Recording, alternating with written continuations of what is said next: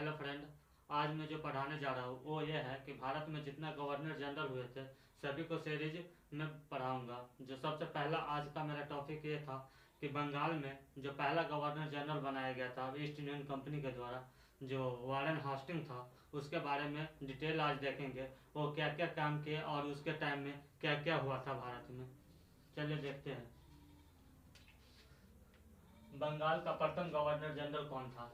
ये बहुत सारे एग्जाम में पूछा गया था कि बंगाल का गवर्नर जनरल कौन है, first governor general of Bengal. तो इसका जवाब होगा वारेन हास्टिंग, जो 1773 से लेकर 1785 ईस्वी तक भारत में रूल किया था। इसका पहला इसके दौरान जो काम हुआ था ये था कि रेगुलेटिंग एक्ट आया था, 1773 का रेगुलेटिंग एक्ट।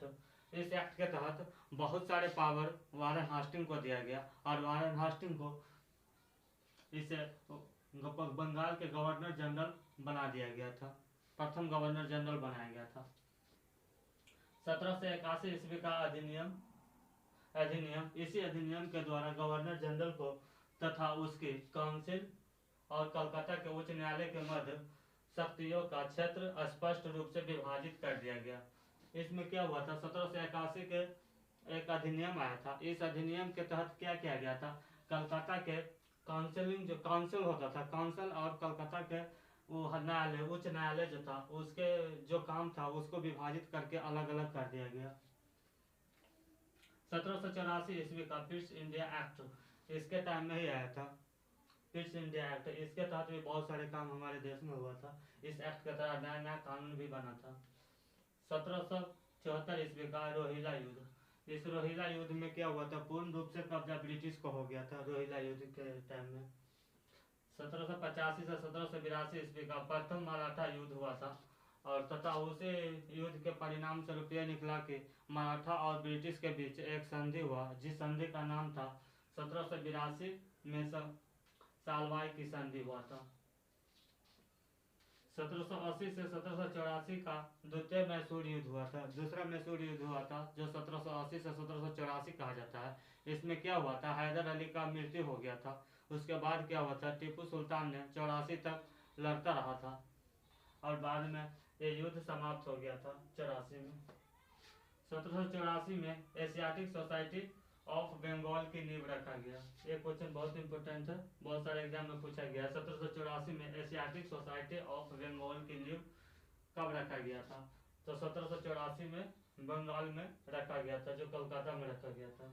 और सबसे इम्पोर्टेंट ये है कि बंगाल के दो शासन व्यवस्था जो रॉबर्ट क्लाइव के द्वारा लगाया गया था, दो शासन, उस शासन को समाप्त करके वारेन हास्टिंग के द्वारा एक नया कानून लाया गया था।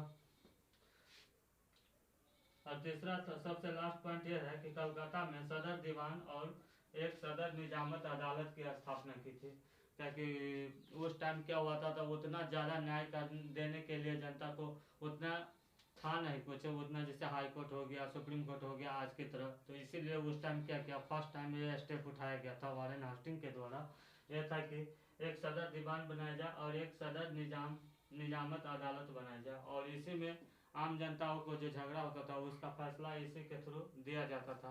मगर इसमें क्या होता था, पूरे जो हाई लेवल का या अफसर होते थे वही सब इसका नेतृत्व करता था और ये सब ब्रिटिश ही हुआ करता था। तो यही टॉपिक था आज का, जो वारेन हास्टिंग के टाइम में जितना काम हुआ था भारत में, वो सब मैंने एक ही लाइन में नोट कर लिया हूँ, और ये सब को जिससे कि याद करने में आसानी हो। और बिहार दरोगा में ज़्यादातर क्वेश्चन जैसे मॉडर्न हिस्ट्री से पूछा जाता है, तो एक क्वेश्चन तो ठीक ही है, फिक्स रहता है कि जैसे कि गवर्नर जनरल कौन हो गया, फर्स्ट गवर्नर जनरल कौन है, फर्स्ट वाइसराय कौन हो गया, first governor general of India है, इंडियन कौन है, लास्ट कौन है। ये सब ज़्यादातर क्वेश्चन पूछा जाता है, वन लाइनर ऑब्जेक्टिव होता है बिहार दरोगा में, तो ये इस टाइप का क्वेश्चन ज़्यादा पूछा जाता है।